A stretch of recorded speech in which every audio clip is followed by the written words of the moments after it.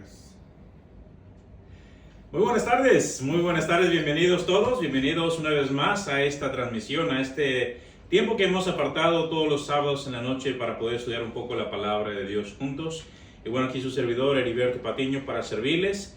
Es un privilegio para mí estar con ustedes una vez más y bueno, estamos abriendo la Biblia, estamos abriendo la Torá, estamos abriendo las Escrituras para tratar de ver un entendimiento más amplio de las Escrituras. Como hemos ya mencionado en otras ocasiones, nuestro deseo no es de convertir nada en absolutamente nada, solamente tenemos el deseo de ser una bendición, una herramienta extra para usted, para su vida, ayudarle a comprender un poquito más las Escrituras, porque entre mejor le conocemos a Él, al Eterno, mejor le podemos servir.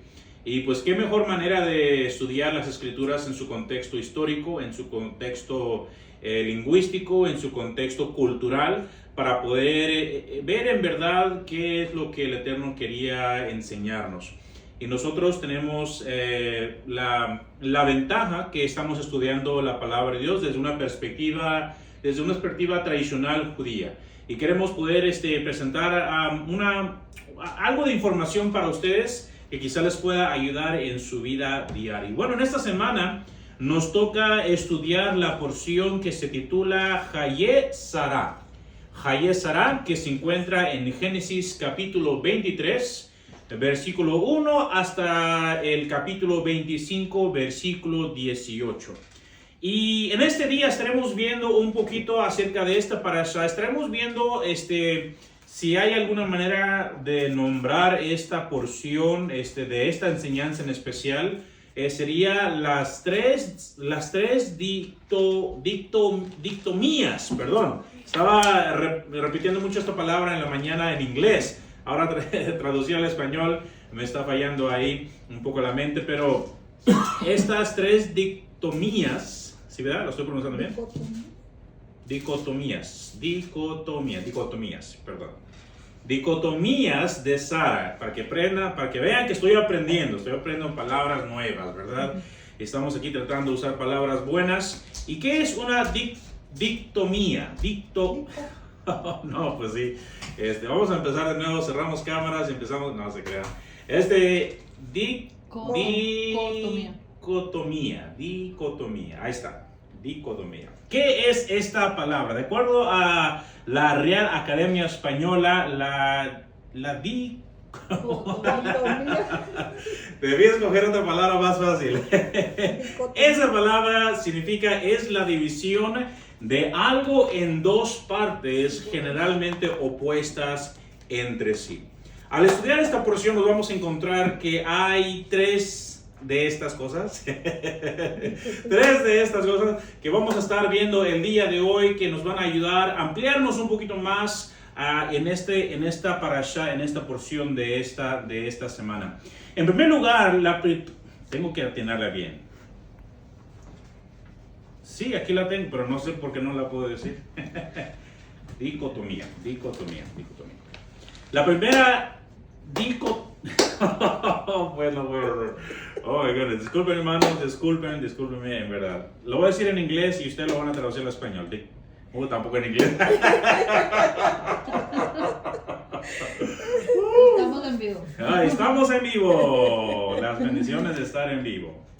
La primera que vamos a encontrar, que vamos a ver el día de hoy, es la vida y la muerte. La vida y la muerte. ¿Qué es más importante, la vida o la muerte? Para muchos la vida puede ser más importante, para muchos la muerte puede ser más importante, pero ¿cuál es más importante? Lo curioso que vamos a ver en primer lugar es que esta sección de la Torá que se titula Hayé Sará, literalmente se traduce a la vida de Sara, la vida de Sara. Y cada título de cada parasha, de cada porción, se toma del primer versículo, primer o segundo versículos, se toman las primeras palabras.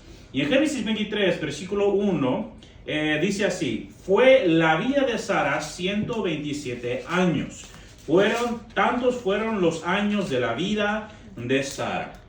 Así dice en la traducción al español. Sin embargo, en hebreo, literalmente dice la vida de Sara. No necesariamente fue la vida de Sara, sino la vida de Sara. Así que esta parasha tiene por nombre el título de la vida de Sara. Y si nadie ha leído esta porción, usted puede imaginarse que quizá esta porción va a tratar acerca de cómo vivió Sara, quién es Sara y dar los resultados de quién es ella toda su vida. Pero no, esta sección no trata necesariamente de la vida de ella, sino de su muerte.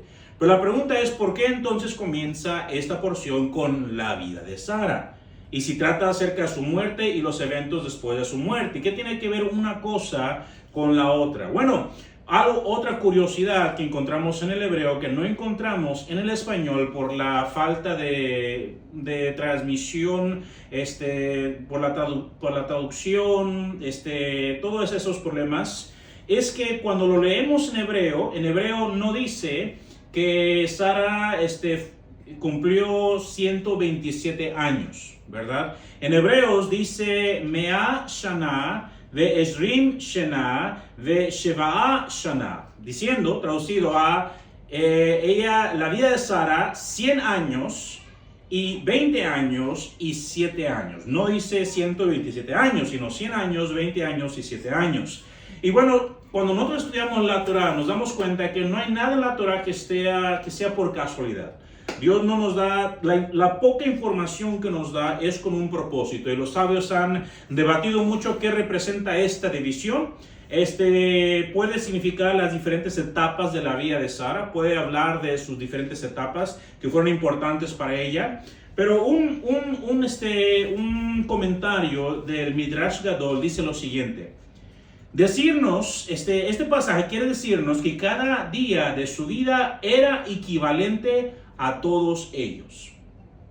Quiere decirnos que cada día de su vida era equivalente a todos ellos, dando a entender, a la edad de 100 años era como de 20 en fuerza, a la edad de 20 años era como de 7 en modestia y pureza, a la edad de 7 era como de 20 en inteligencia, y a la edad de 20 era como de 100 en rectitud. Es una manera de entender la vida de Sara. De cualquier manera podemos llegar a la conclusión que Sara era una mujer increíble, una mujer increíblemente importante. Y curiosamente también en esta porción que se titula La vida de Sara encontramos la muerte de 3 personas importantes. Vemos la muerte de Sara primeramente, después la muerte de Abraham y después también la muerte de Ismael. Vemos el número 3 también que se menciona una y otra vez. Hay 3 diferentes grupos, 3 diferentes secciones que vamos a ver ahorita por qué es eso importante. Ahora, ¿por qué esta parasha comienza hablando de la vida de Sara, pero describe su muerte y después describe los eventos después de su muerte? Bueno, una de las razones que encontramos es que la vida de Sara continúa en la vida de su familia. Aunque ella fallece y aunque su tiempo se acabó en este mundo, su vida, su enseñanza, su ejemplo, su rectitud sigue avanzando en la vida de su familia. Y eso es algo muy importante. Cuando nosotros se nos acaba nuestro tiempo en esta vida, aunque nosotros físicamente no estamos, la esencia de nosotros, quién somos nosotros, lo que enseñamos, eso sí sigue transmitiendo a nuestras futuras generaciones. Y así Sara, ella continuó en la vida de su esposo. ¿Cómo lo vemos? Los siguientes versículos que encontramos, vamos a leer desde el versículo 2 hasta el versículo 3. Dice así. Y murió Sara en Kiriat Arba, que es Hebrón, en la tierra de Canaán. Y vino Abraham a hacer duelo por Sara y a llorarla. Y se levantó Abraham de delante de su muerta y habló a los hijos de Et, diciendo. Para aquellos que ya conocen este pasaje, es solamente en forma de resumen. Abraham ahora va con los hijos de Et y va a negociar una cierta porción, una parcela que tiene una cueva, y él quiere adquirirla de parte de esos hombres para poder enterrar ahí a Sara. Entonces, algo curioso que vemos aquí en el versículo 2, cuando dice la escritura que vino Abraham, esa palabra vino, para nosotros en español simplemente significa que una persona se trasladó de un lugar a otro, ¿verdad? Vino, se fue, no tiene mucha importancia.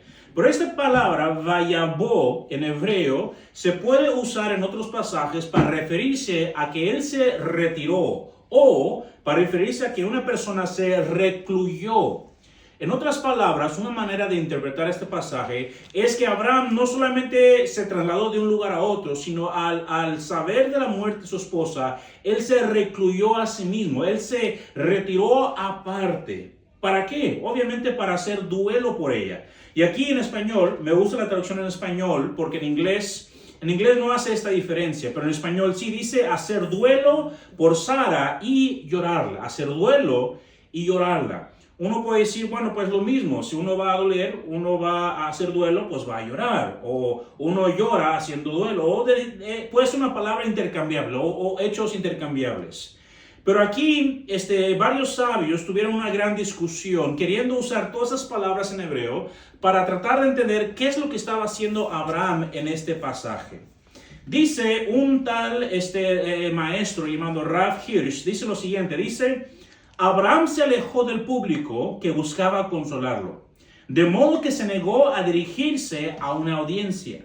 En cambio, su elogio fue su propia respuesta interior a su tragedia personal y se recluyó en un lugar donde podía llorar y llorar emocionalmente por su compañera de vida.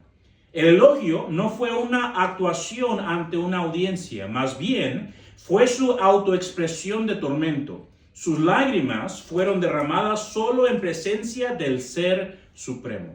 Solo en su propio espacio privado pudo derramar lágrimas y elogiar a su amada. Y solo después pudo hacerlo público y negociar un lugar de entierro apropiado para Sara. Entonces el énfasis de este maestro es que esta primera parte donde dice ya vino Abraham a hacer duelo, se refiere a que Abraham se apartó de toda la gente que venía a consolarlo y él delante del Eterno expresó, lloró, y también lo importante que quiero enfatizar es que él hizo su elogio sobre Sara. Él pensó sobre Sara, meditó acerca de Sara. Así que todo el impacto que Sara tuvo en la vida de Abraham, este fue un momento donde Abraham pudo en verdad valorar, en verdad meditar, en verdad gozar de todo lo que Sara había hecho en la vida de Abraham. Y posteriormente él lo va a llorarla, como dice en español, pero esta expresión se refiere a algo público. Esto es lo que dice un maestro. Ahora, hay otro maestro que no está de acuerdo con este maestro. Curiosamente, hay una frase que dice, si hay 3 rabinos en un cuarto, hay 15 diferentes pensamientos, ¿verdad? Y así es. Cuando hay estas cuestiones, diferentes palabras, diferentes cosas en hebreo, hay lugar para interpretación. Pero fíjense bien lo que dice este siguiente maestro. Dice, el primero fue un discurso público sobre la vida de Sara. Luego hizo un duelo más privado donde él se lamenta y derrama, escuchen bien, solo unas pocas lágrimas. ¿Por qué? ¿De dónde saca él esto?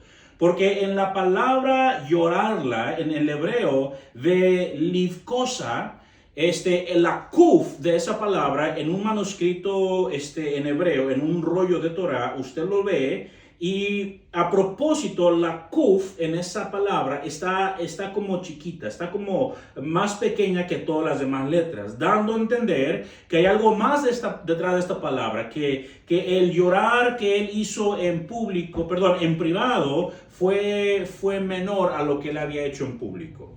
Ahora, ¿fue primero en público y después en privado? ¿O fue primero en privado y después en público? Podemos hablar de esto mucho y quizás no llegaríamos a ninguna conclusión. Pero a lo que quiero ir es esto. Ambos maestros están de acuerdo que la primera mención que se hace aquí de hacer duelo tiene que ver con un elogio. Ya sea que Abraham lo hizo en privado o ya sea que Abraham lo hizo en público, pero él tomó un tiempo para elogiar a su esposa. ¿Y por qué es esto importante? Porque de acuerdo a la tradición, yo estoy seguro que todos ustedes conocen Proverbios 31, que habla acerca de la mujer virtuosa, ¿verdad? Hay conferencias de mujeres, hay clases de mujeres, hay libros, mucho habla acerca de la mujer virtuosa, ¿verdad? Pero la tradición enseña que la primera persona que enumeró las cualidades de la mujer virtuosa fue precisamente Abraham, en este momento. El impacto fue tan grande en la vida de Abraham que él empezó a elogiar a su esposa, y esa tradición, esas palabras quedaron plasmadas en la mente de él y de sus hijos y hasta llegar a los tiempos del rey Lemuel. ¿Se acuerdan? Que la profecía que le enseñó su madre al rey Lemuel, su madre le estaba enseñando al rey cómo escoger una mujer valiente, una mujer virtuosa, y le da todas estas características. De hecho, cuando usted estudia Proverbios 31 y pone también la vida de Sara, usted va a encontrar muchísimos paralelos porque tiene que ver con la vida de Sara. Cuando estudiamos la vida de Sara y Proverbios 31 vamos a encontrar muchísimos paralelos, al igual que las otras matriarcas de Israel. Fue tan impactante la vida de Sara para su esposo que Abraham reconoció, quizá hasta ese momento, que todas las bendiciones que habían llegado a su vida no fueron por su propio mérito, sino por la bendición de Sara. Si usted va desde Génesis 12 y va capítulo por capítulo, y todas las bendiciones que vinieron a Abraham fueron por mérito de Sara, por la persona de Sara. Y fue tan grande este impacto en Abraham que inmediatamente después de enterrar a su esposa, la siguiente cosa que hace es darle importancia a conseguirle una esposa a su hijo Isaac. Y es ahí donde nos encontramos en Génesis 24, donde encontramos esta historia maravillosa, cómo Abraham escoge a su siervo, le hace hacer una promesa en una especie de pacto, lo manda a una tierra para que traiga una esposa para su hijo Isaac. Ahora, estamos viendo la vida y la muerte, ¿verdad? La vida y la muerte. A pesar de haber fallecido, su vida sigue afectando a su esposo, y ahora va a empezar a afectar, para bien, obviamente, la vida de su hijo. Y ahorita vamos a continuar en este punto más adelante. ¿Qué otra cosa aprendemos acerca de la vida y la muerte en esta porción? Fíjense bien, en esta porción encontramos una de las primeras instancias en la Torá donde hace una alusión, escuchen bien, a la resurrección, ¿Por qué? Precisamente por el título de esta parasha, que es la vida de Sara, y nos habla acerca de su muerte. Sabemos que a pesar de que ella falleció, ella sigue estando viva hasta el día de hoy. ¿En qué sentido? Si ustedes me acompañan a Mateo capítulo 22, por favor, Mateo capítulo 22, versículo 31. Aquí encontramos las palabras de nuestro maestro. Cuando nuestro maestro estaba, creo que en este momento lo estaba teniendo un discurso con los saduceos. Y los saduceos eran personas que ellos creían en la sola escritura. Ellos eran la sola escritura originales. Antes de Lutero, antes de todos los calvinistas, eran los saduceos. Que ellos decían, no, solamente lo que está escrito. Y Yeshua le dice, bueno, ustedes han errado un poco porque no creen la resurrección, porque a simple vista la Torá no habla acerca de resurrección. Pero cuando estudiamos y nos sumergimos un poquito más y nos vamos más profundo, claro que sí, la Torá da alusiones a la resurrección. Fíjense bien, Yeshua dice, el maestro dice, Mateo 22, 31, dice, por respecto a la resurrección de los muertos, ¿no habéis leído lo que os fue dicho por Dios cuando dijo, yo soy el Dios de Abraham, el Dios de Isaac y el Dios de Jacob? Dios no es Dios de muertos, sino de vivos. Ahora sí, esto habla en el contexto acerca de la resurrección futura, ¿verdad? Ellos habían fallecido, pero estaban vivos delante de Dios. Así Sara, aunque habla todo el capítulo acerca de su muerte, en verdad trata acerca de su vida, su legado, su fe, su herencia para su familia. Así que este texto es uno de los primeros versículos que nos habla hacia el Olam Haba, el mundo venidero o la resurrección. Es muy interesante porque en esta porción, capítulo 22, capítulo anterior a encontramos lo que en hebreo se conoce como el Akedah. El Akedah o el que Abraham toma a Isaac y lo va al monte Moría y lo va a amarrar y lo va a ofrendar porque Dios así le pidió. En todo ese episodio, cuando leemos solamente la Torá no nos da muchos detalles de qué es lo que pasa. Hay una tradición en un midrash específico que habla que en ese momento que Abraham levanta su cuchillo para degollar a su hijo, disculpen, en ese momento por la impresión que Isaac realmente muere en ese momento. Pero él muere, pero por la fe de Abraham, como él había dicho anterior, cuando le dijo a sus siervos, el muchacho y yo regresaremos a ustedes, por la fe de Abraham, Isaac revive, resucita. Curiosamente dice eso, curiosamente viene el pasaje de la muerte de Sara. Curiosamente en toda esta porción, el número 3, grupos de 3 se ven una y otra vez. ¿Por qué es esto importante?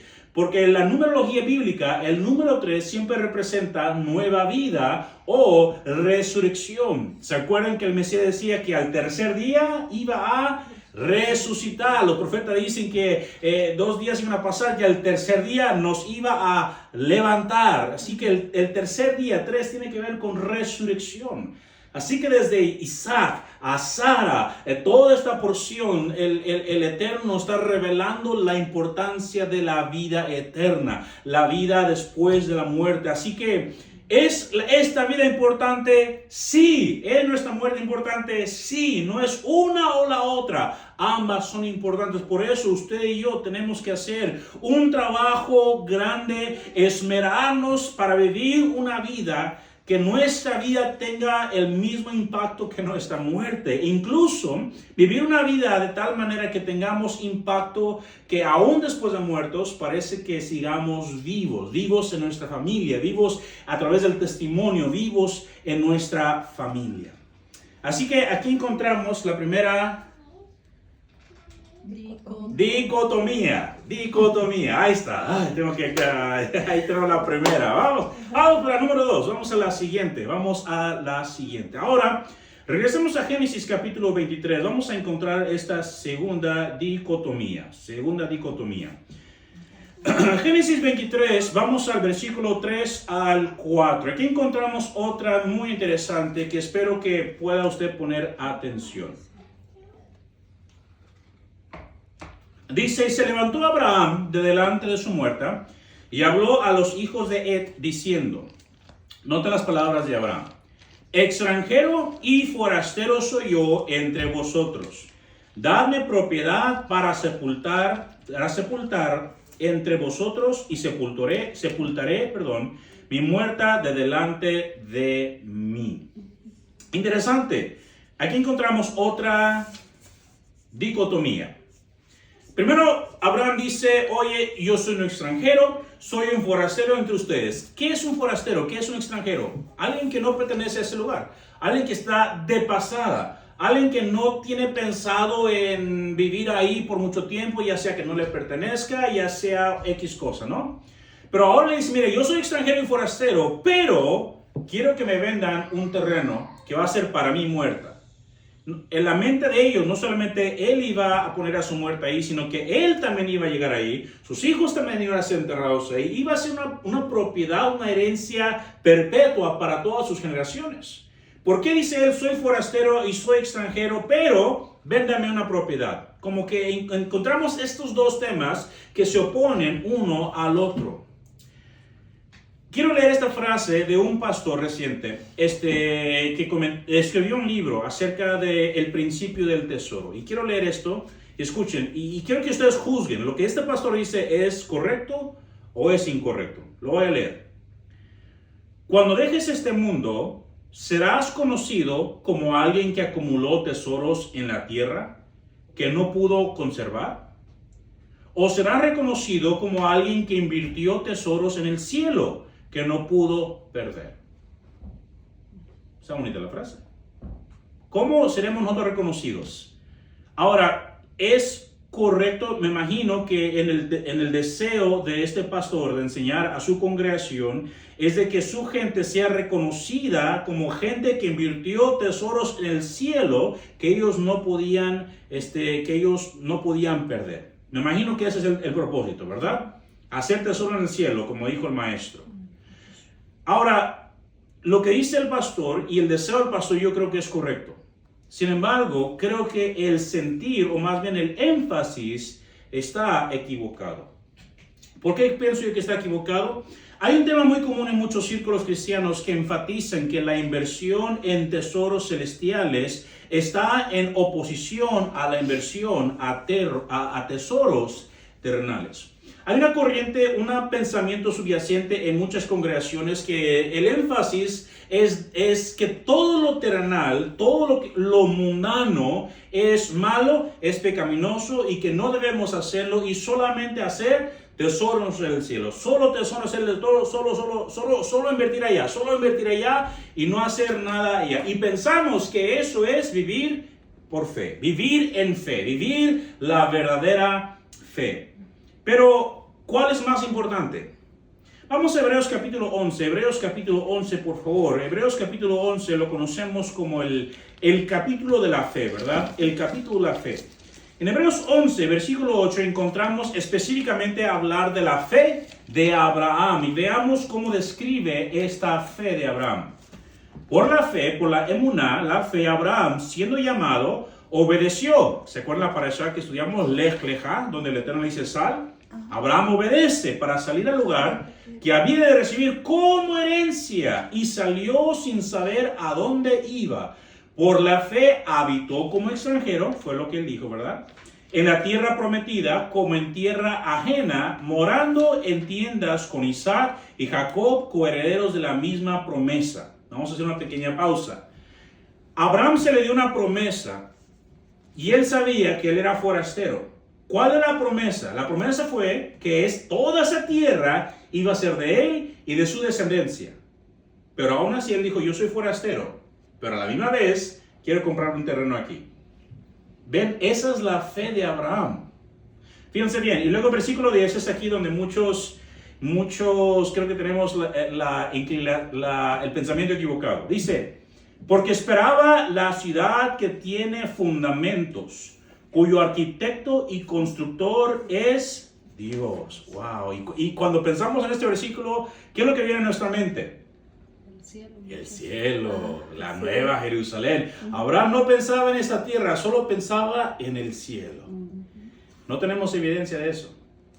Porque ¿cuál es la ciudad que tiene fundamentos, cuyo arquitecto y constructor es Dios? Sabemos que la nueva Jerusalén, pero específicamente prometida a Abraham, ¿cuál sería?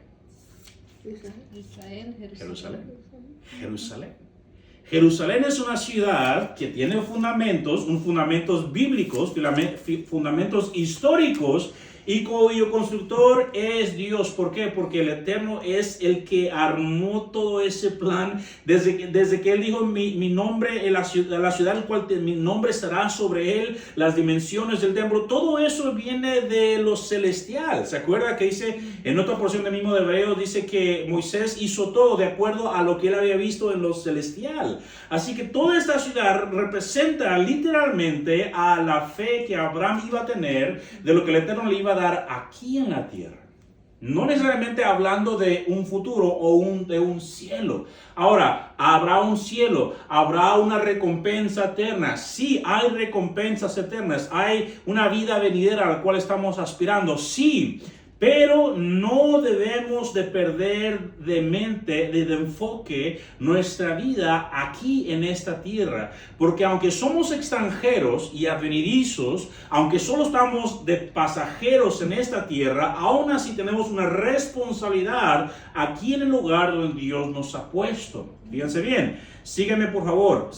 Vamos a Proverbios capítulo 31. Proverbios 31, versículo 16. Regresando a Abraham, ¿por qué Abraham compró la cueva de Macpela? ¿Por qué compró ese terreno grandísimo que tenía esta cueva? Sabemos que él lo quería para enterrar a su muerta, pero también él le dice a los hijos de él, le dice, porque quiero tener este lugar como posesión. Abraham quería poseer este lugar para enterrar a su muerta, pero como una propiedad para él y para su familia. También, de acuerdo a la interpretación de Proverbios 31, se entiende que fue Sara que siempre tenía el ojo de una agente de bienes y raíces.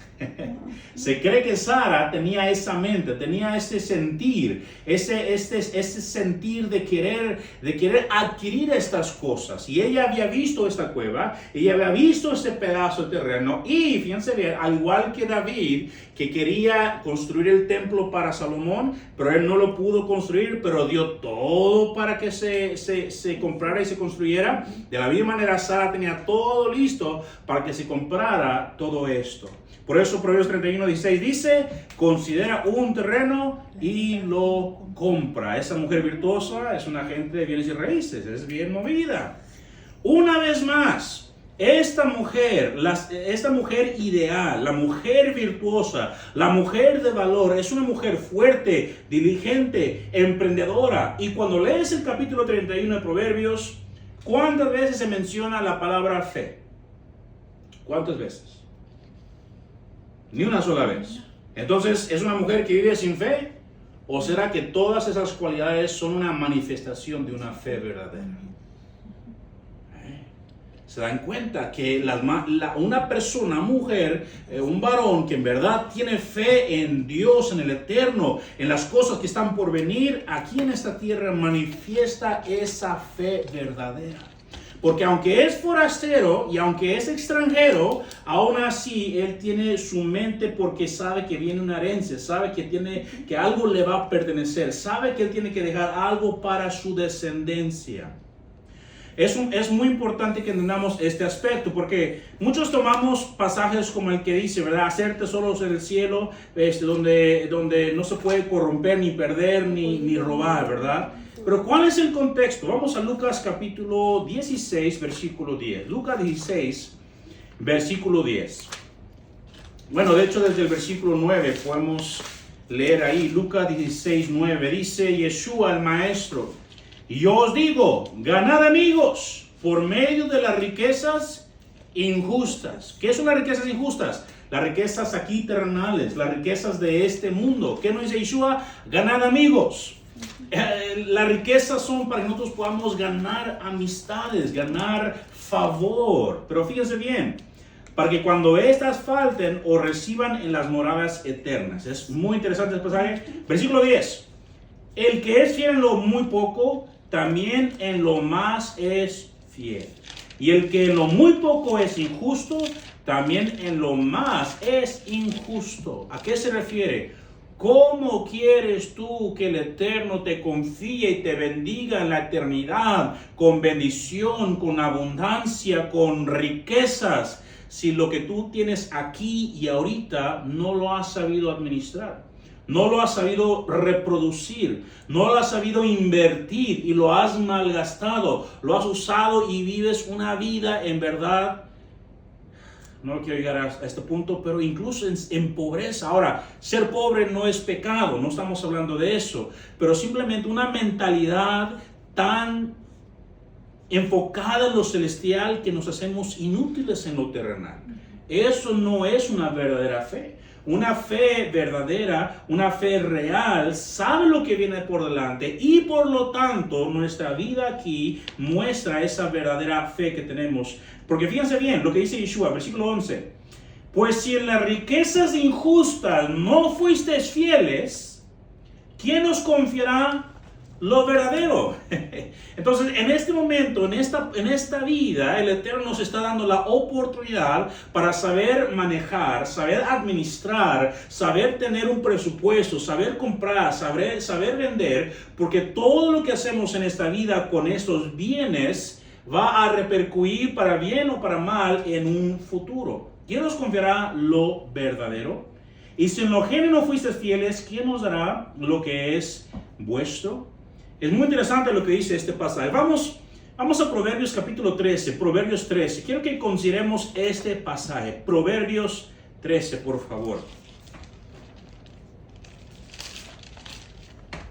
Considera este pasaje teniendo en mente a Abraham, teniendo en mente a Sara, teniendo en mente la historia de Isaac, lo que estamos leyendo. Porque se acuerdan la semana pasada que debemos de practicar, si somos hijos de Abraham, debemos practicar las obras de Abraham. ¿Cuál era una obra de Abraham? Aquí vamos a ver una muy especial. Versículo 22. El bueno dejará herederos a los hijos de sus hijos. Ay, ay, ay.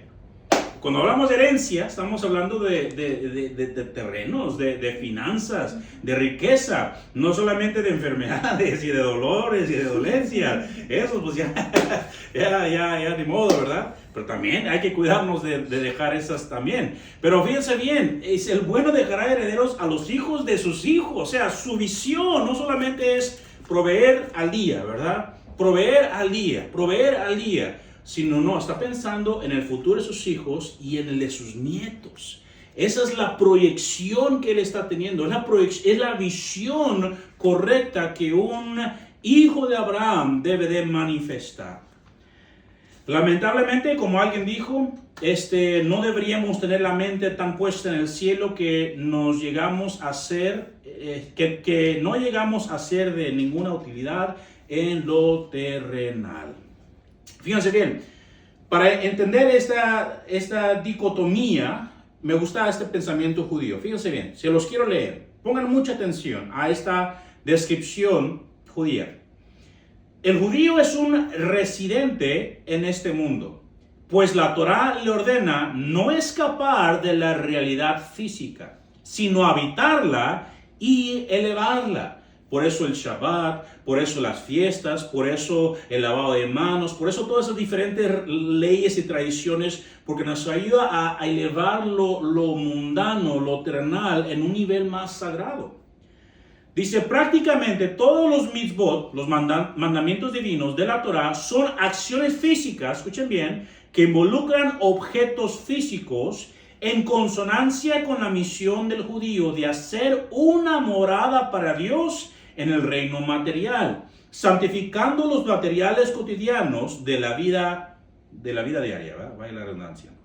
Al mismo tiempo, el judío se siente un extraño en el mundo material. Su verdadero hogar es un lugar más elevado, más sublime. El mundo del espíritu, el mundo de santidad, de la divinidad, es del que su alma ha sido exiliada y al que anhela retornar. De hecho, solo porque el judío se siente un extraño en el mundo, puede evitar ser consumido y abrumado por él y mantener la visión espiritual y la integridad necesaria para elevarlo y santificarlo como morada de la presencia divina. Me encanta esto. En pocas palabras dice que la persona judía, aquel que está queriendo guardar los mandamientos de Dios, esta persona entiende, soy un extranjero al igual que Abraham. Pero mi casa, mi hogar, las cosas que yo tengo, los mandamientos que yo quiero cumplir, lo estoy haciendo, elevando todas estas cosas como propiedad del Eterno. Así que todo lo que hacemos, sea de palabra, sea de hecho, ya sea comamos o bebamos, como dijo Pablo, hagamos todo en el nombre de Yeshua el Mesías. ¿Por qué? Porque todo lo que hacemos es para traerle gloria a Él. Todo lo que hacemos, todo lo que abarcamos, todo lo que compramos, todo lo que ponemos en nuestras manos a hacer y tocar, debe traer honra y gloria al Eterno. Pero aún así, a pesar de lo que yo pueda acumular, comprar, hacer, vender, mi alma todavía se siente extranjera, sabiendo, este no es mi lugar de permanencia, hay algo espiritual, hay algo, mi alma pertenece a tu lugar, sí, pero ahora, en este tiempo, tengo mucho que abarcar para entregárselo al Eterno. Así que no es pecado ser emprendedor, no es pecado invertir, comprar, vender y hacer negocios. Es nuestro deber como buenos administradores hacer lo mejor que podamos con lo que tenemos para vivir verdaderamente nuestra fe.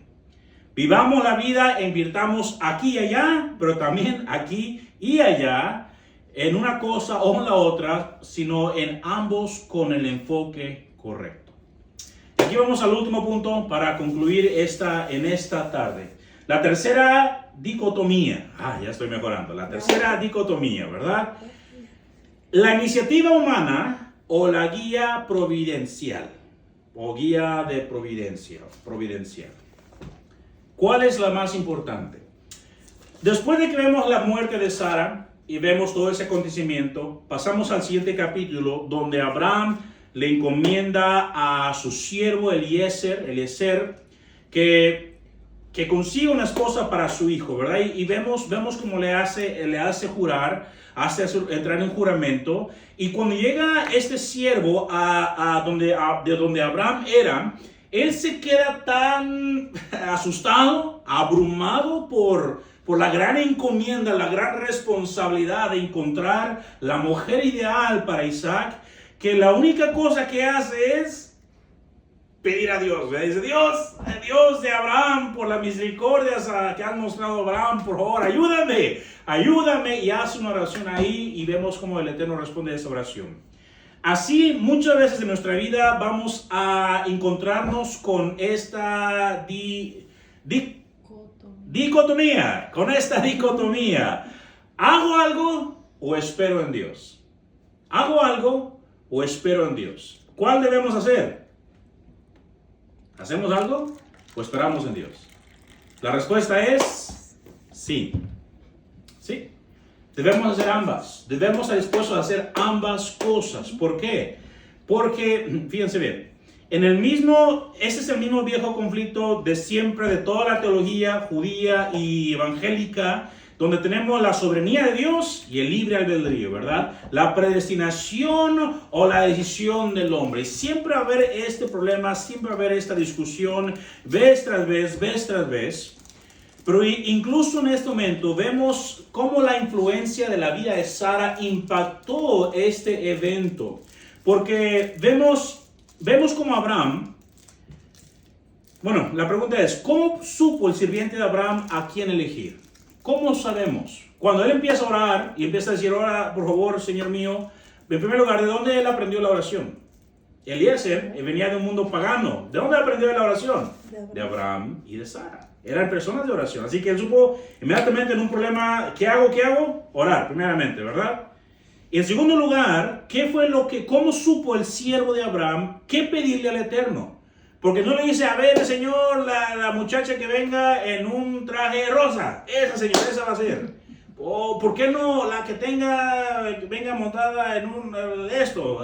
No dijo nada de eso. Fueron unas características específicas. ¿De dónde él tomó esas características específicas de bondad, de generosidad, de trabajo duro? ¿De dónde? De Abraham y de Sara. Abraham y Sara eran personas increíblemente bondadosas, generosas y que trabajaban duro. Por lo tanto, Rebeca, la esposa ideal, tenía que tener las mismas cualidades que Sara en su vida. Ahora, aquí te hacemos un pequeño énfasis, un pequeño paréntesis. ¿Cómo encontrar a ese cónyuge de tu vida? ¿Cómo encontrar a ese cónyuge de tu vida? Y simplemente para enumerarlo rápidamente, si alguien está buscando pareja, ¿qué deben hacer? En primer lugar, número 1, conoce tu misión de vida. Conoce tu propósito de vida. ¿Qué es tu misión de la vida? ¿Qué es lo que Dios quiere para tu vida? Si tú no sabes qué es lo que Dios quiere para tu vida, entonces no estás preparado para buscar un cónyuge. No estás.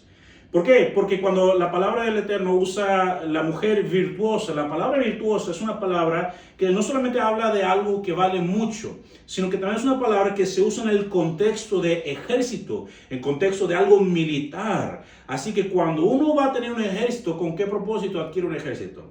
Porque va a salir a la guerra, porque va a pelear, porque va a conquistar, porque va a defender. Hay una estrategia. Cuando una persona sabe, tiene en mente lo que el Eterno quiere para él, para su vida, tiene su misión de vida, está listo para tener a su pareja. Porque ambos van a ayudarse mutuamente para llegar a alcanzar esa meta de Dios.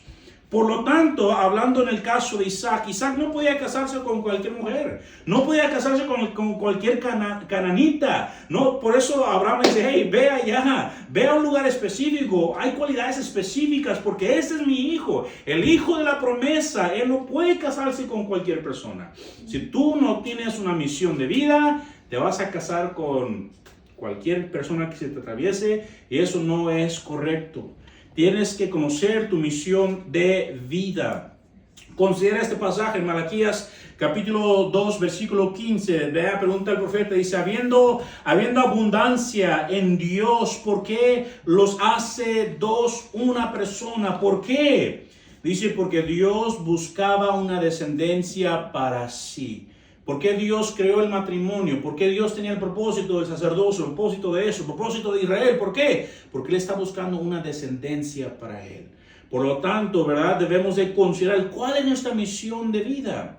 Juntos podrán ayudarse a llegar a alcanzar su mayor potencial para Dios. Número 1, conoce tu misión de vida. Número 2, ama a Dios y ama a los demás. Ama a los demás. En Proverbios capítulo 19, versículo 14, Proverbios 19, 14, dice que la casa y las riquezas son herencia de los padres. Eso lo encontramos en la historia de Abraham y de Isaac, ¿verdad? Toda la herencia y toda la bendición de Abraham vino a Isaac. Pero la mujer prudente es de ¿quién? Es del Eterno, es de Adonai. Solo Adonai da la mujer virtuosa, la mujer prudente. Solamente puede venir de Él.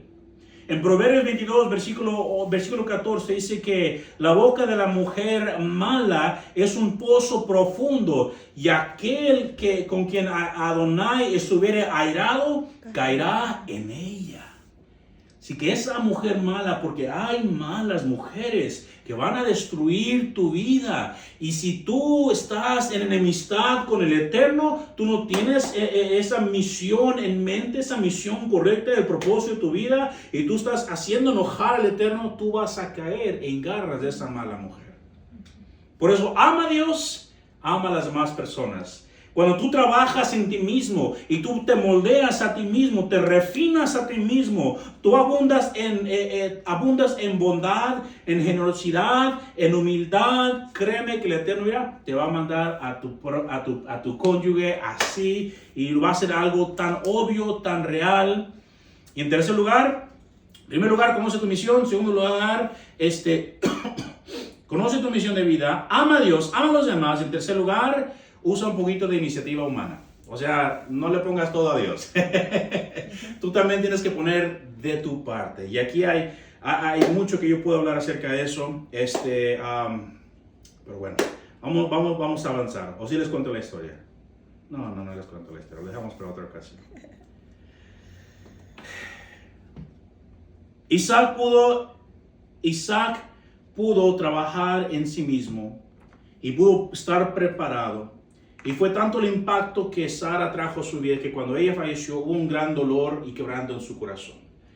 Pero cuando el Eterno obró a través del siervo y trajo a Rebeca, y él conoció a Rebeca, dice que inmediatamente la vio y su corazón fue consolado por la muerte de Sara. Cuando él vio a Rebeca, no solamente su apariencia física, sino en verdad las cualidades de su persona, él supo, esta es una buena mujer. El legado de Sara lo ayudó a él a poder saber y discernir y entender la bendición de Dios en su vida. Así que aunque Sara murió, ella siguió viviendo a través de su esposo, a través del siervo, a través ahora de su hijo. Así que nosotros vivamos la vida teniendo iniciativas en todas las áreas de nuestra vida, mientras buscamos siempre que Él nos guíe en todo lo que hacemos. ¿Queremos la guía de Dios? Sí, pero hay que poner nuestra iniciativa, hacer ambas cosas y ver cómo el Eterno obra. Abraham pronunció este elogio fúnebre para Sara.